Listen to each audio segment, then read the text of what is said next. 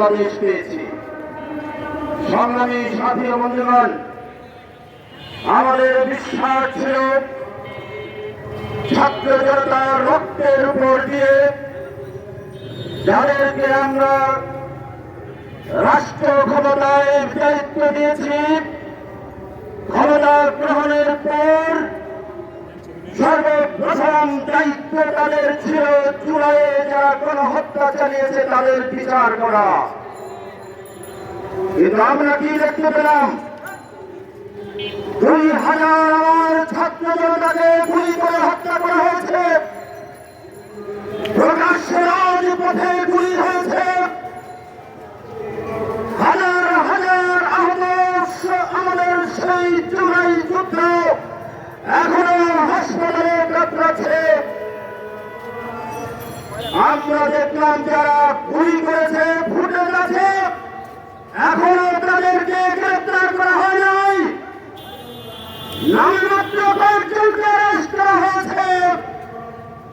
যে পুলিশ সদস্যরা অতি উৎসাহী হয়ে বুলেট নিক্ষেপ করে আমার ভাইয়ের বুক যাত্রা করিয়েছে,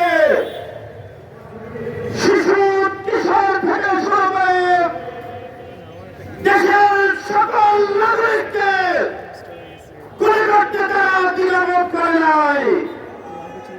আমরা জানতে চাই কোন পিছনের কারণে আজকে তাদেরকে এখনো ছেড়ে দেওয়া রয়েছে। জুলাই সনদের দাবি উঠেছে, জুলাই সনদ আপনার বাংলাদেশের স্বাধীনতা সার্বভৌমত্ব রক্ষার অনন্য এক দৃষ্টান্ত হয়ে থাকবে।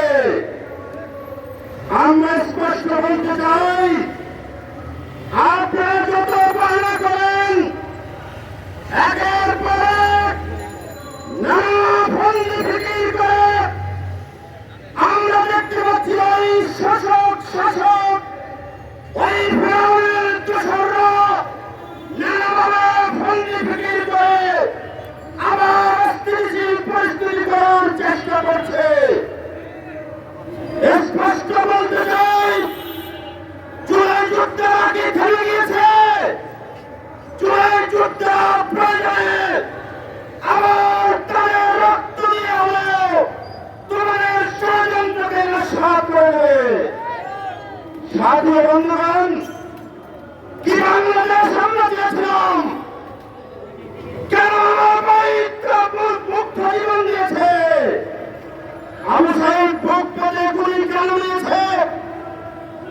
কেন শত শত হাজার হাজার ভাইদেরকে হত্যা করেছে? তারপরে পুলিশ বলে একটি বন্দুকের গুলিতে একজন নিহত হয়, একজনের শুধু পড়ে যায় আর কেউ পালিয়ে যায় না।